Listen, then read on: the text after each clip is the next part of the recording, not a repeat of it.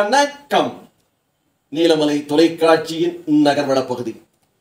நம்முடைய நீலமலை தொலைக்காட்சி நகர்வள பகுதி என்ற இந்த பகுதியில் கடந்த பல வருடங்களாக நீலகிரி மாவட்டத்தில் நடைபெறுகின்ற நிகழ்ச்சிகளை மட்டுமே எடுத்து வந்து ஒளிபரப்பு செய்து கொண்டிருந்தோம்.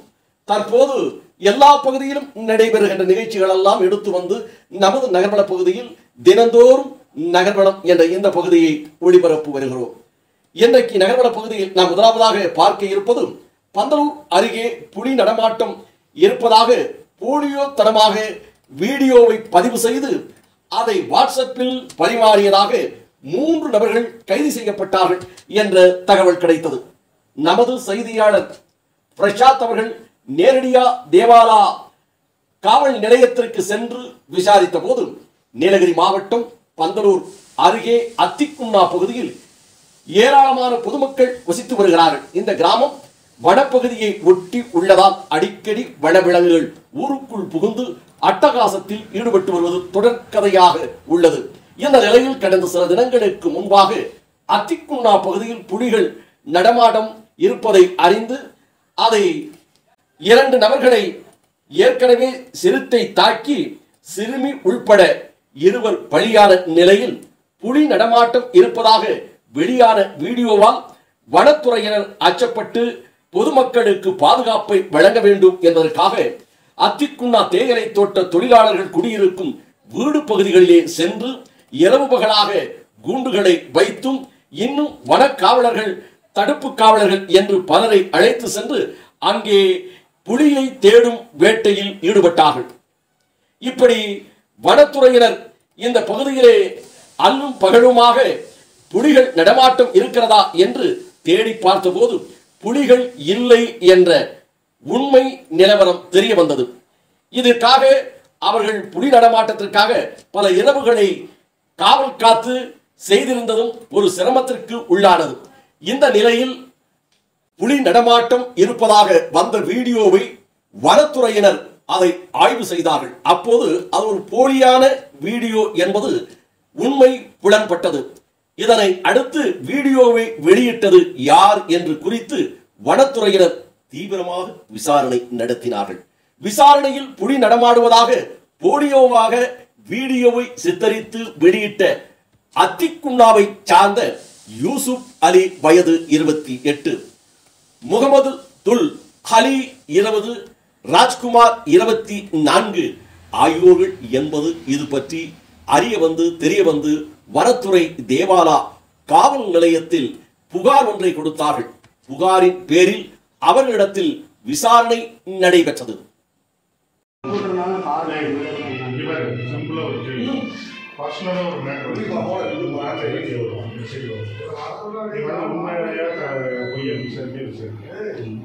உடனே எடுத்தோன்னு ஒரு மெசேஜ் வந்தோடனே மற்றவங்களுக்கு கால் பண்ணிருக்கியா, உங்க வீட்டில் சண்டைக்கு போயிருக்கியா? அதுதான் பிரச்சனை. இப்போ இது சாதாரண விஷயம் கிடையாது. உண்மையிலேயே இருந்தா ரைட்டு. நீ இப்படியே தொடர்ந்து மெசேஜ் அனுப்பிச்சிட்டே இருக்கீங்கன்னு வச்சுக்கவேன், பொய்யாவே இருக்கு. ஒரு நாள் உண்மையிலேயே புரிய வருது, என்ன யார் நம்புவாங்க? நீங்க பொய்யா பேக்க 1000 மெசேஜ் அங்கே புலி சுத்துது, இங்கே கரண்டி சுத்துதுன்னு சொல்லி போட்டுருக்கீங்க, பொய்யாவே இருக்கும். உண்மையுமே ஒரு நாள் ஒரு புலி வருது, எவனாச்சும் நம்புவானா? இவனுக்கு பொலப்புள்ளட ஏதோ மெசேஜ் போட்டு போறான், அதில் என்ன இருப்பாங்க? எது எதில் விளையாட்டு பண்ணணும், எது எதில் சீரியஸாக இருக்கணும் இல்லையா? ஒரு செல்லு இருந்தால் என்னெல்லாம் பேசிடலாமா? இது வரைக்கும் நான் அப்படி அனுப்புறது இல்லை. அது மாதிரி அனுப்புவோம், நான் டக்குன்னு அந்த யோசிக்காமல் நான் அதை அனுப்பிடுறது தெரியாமல். இது வரைக்கும் யாரையும் அடிக்கல, கொலை பண்ணல, நான் ஒரே முறை தான் பண்ணேன். விட்டுருவாங்களா? எத்தனை வருஷமா இருக்கு? எப்படி அதான் காரணம் சொல்ல முடியும்? எங்கே இருக்கு வீடு? அத்திக்குள்ள எத்தனை வருஷமா இருக்கு? இந்தியா சில வருஷம் ஒரு ஃபாரஸ்ட் நம்பர் கூட இல்லையா அவர்கிட்ட? இன்னும் இப்போ தான் ஃபாரஸ்ட் யாரு ரமேஷ் அவன் சொன்னா சொல்லிட்டு போறான். இன்னைக்கு தான் குழந்தை கொண்டு வந்தது, அவன் அவார்ட் தெரிஞ்சுக்கிறான். அந்த ஏரியாவில் இருந்தாலே சொன்ன உடனே தகவல் அவனையும் கூட பார்த்துருவான். பார்க்கும்போது அவ்வளோ பிரச்சனை. 2 பேரை தூக்கிட்டு வந்தாச்சு. ஜெகதீஷ் ஒரு ராமன் தூக்கிட்டு வந்தாரு. அனுப்பிச்சிட்டே இருக்கீங்கன்னு வச்சுக்கவேன், பொய்யாவே இருக்கு. ஒரு நாள் உண்மையிலுமே புரிய வருது, என்ன யார் நம்புவான்? சொல்லு. நீங்க பொய்யா பேக்க 1000 மெசேஜ் அங்கே புலி சுத்துது, இங்கே கரண்டி சுத்துதுன்னு சொல்லி போட்டுருக்கீங்க, பொய்யாவே இருக்கும். உண்மையுமே ஒரு நாள் ஒரு புலி வருது, எவனாச்சும் நம்புவானா? இவனுக்கு போலக்குள்ளாட ஏதோ ஒரு மெசேஜ் போட்டு போறான் அத்தனை நினைப்பாங்க. எது எதுல விளையாட்டு பண்ணணும், எது எதுல சீரியஸா இருக்கணும் இல்லையா? ஒரு செல்லு இருந்தா என்னெல்லாம் பேசிக்கலாமா? இது வரைக்கும் நான் அப்படி அனுப்புனது இல்லை. அது மாதிரி அனுப்புவோம், நான் டக்குன்னு அதை யோசிக்காம நான் அதை அனுப்பிட்டேன். தெரியாம இது வரைக்கும் யாரையும் அடிக்கல, கொலை பண்ணல, நான் ஒரே முறை தான் பண்ணேன். விட்டுருவாங்களா? எத்தனை வருஷமா பண்ணதுக்கு எப்படி அதான் காரணம் சொல்ல முடியும்? எங்கே இருக்கு வீடு? அத்திக்குள்ள எத்தனை வருஷமா இருக்கு? இந்தியா சில வருஷத்துக்கு ஒரு ஃபாரஸ்ட்டுக்கார நம்பர் கூட இல்லையா அவர்கிட்ட? இன்னும் இப்போ தானே பாலிசி யாரு? ரமேஷ். அவன் சொன்னா சொல்லிட்டு போறான். ரமேஷ்க்கு இன்னைக்கு தான் ரமேஷ்க்கு குழந்தை கொண்டு வந்தது. அவன் அவார்ட் தெரிஞ்சுக்கிறான் போலீஸ். அவன் அந்த ஏரியாவில் இருந்தாலே சொன்ன உடனே தகவல் அவனையும் கூட பார்த்துருவான். அவ்வளோ பிரச்சனை நடந்துச்சு. 2 பேரை தூக்கிட்டு வந்தாச்சு. ஜெகதீஷ் ஒருத்தனும் ரமன் ஒருத்தன் தூக்கிட்டு வந்தாங்க. இந்த விசாரணைக்கு பிறகு யூசுப் அலி, முகமது துல் அலி, ராஜ்குமார் ஆகிய மூவரையும் கைது செய்து காவலில் எடுக்கப்பட்டதாக காவல்துறை அதிகாரிகள் தெரிவித்ததாக நமது செய்தியாளர் தெரிவித்திருக்கிறார்.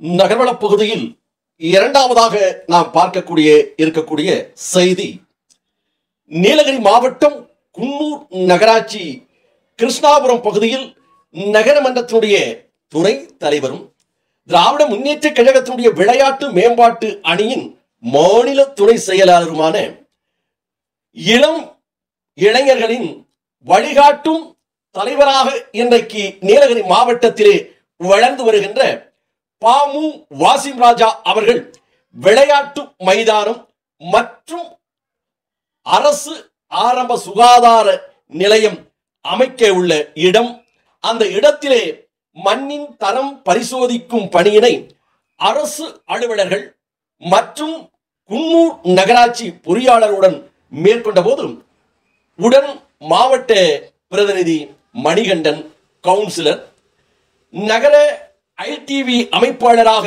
இருக்கின்ற ஜெயராம், ராஜா மற்றும் பொதுமக்கள், திராவிட முன்னேற்ற கழகத்தைச் சேர்ந்த பலரும் இந்த நிகழ்ச்சியிலே கலந்து கொண்டார்கள் என்றும், இங்கு விளையாட்டு மைதானம் அமைவதும் சுகாதார நிலையம் அமைவதையும் குன்னூர் பகுதியிலே இருக்கின்ற பொதுமக்கள் வெகுவாக வரவேற்று பாராட்டி இருக்கிறார்கள். இதிலும் குன்னூர் நகராட்சிக்கு உட்பட்ட பகுதியாக இருக்கின்ற கிருஷ்ணாபுரம் பகுதியில் இருக்கக்கூடிய பொதுமக்கள் இதுபோன்ற விளையாட்டு மைதானம் அமையுமே ஆனால் அதை ஏற்பாடு செய்கின்ற தம்பி பாமு வாசிம் ராஜா அவர்களுக்கு வாழ்த்துக்களை சொல்லுவோம். அவர் இந்த பகுதியிலே, குன்னூர் நகர பகுதியிலே சிறப்பாக செயல்பட்டு வருகிறார். துணை தலைவராக அவர் கிடைத்தது எங்களுக்கு மகிழ்ச்சியை அளிக்கிறது என்று அந்த பகுதியினுடைய மக்கள் தெரிவித்ததாக நமது செய்தியாளர் ஆசா அமீத் அவர்கள் இதனை படம்பிடித்து நமது நகர்வள பகுதிக்கு தகவலை தந்திருக்கிறார். இத்தோடு நகர்வளம் நிறைவு பெறுகிறது. வணக்கம்.